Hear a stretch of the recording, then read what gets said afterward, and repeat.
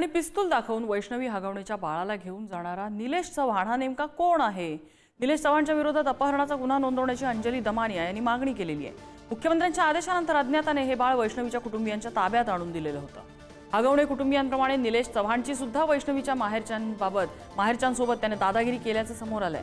तिच्या आत्महत्येनंतर तिच्या 9 महिन्याच्या बाळाचे मात्र 6 दिवस हाल झाले।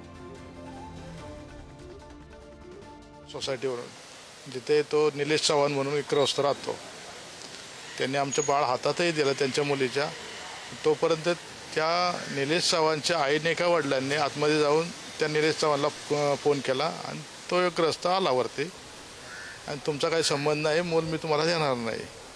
तिथे आमची थोडी शाब्दिक हे झाली। प्रकाश हगवणे होते जे राजेंद्र हगवणेचे भाऊ आहेत, किंवा मी त्या मुलाचा आजोबा आहे, हे मूल एकतर माझ्याकडे हवंय किंवा कसपट्यांकडे, तुझा वेग काय याच्याशी काही संबंध नाही। परंतु त्यांनी इतके आम्हाला अरिवारी केले आणि त्यानंतर त्यांनी त्वरित त्याच्या कमरेला असणाऱ्या रिव्हॉल्वरला हात घातला। त्यामुळे आम्ही थोडं शांत झालो, त्याच्याबरोबर आम्ही काही बरोबरी करू शकत नव्हतो आणि मग आम्हाला त्यांनी थोडक्यात हुसकल्यागतच केलं की बाहेर निघून जा। आम्ही बाहेर निघून आलो।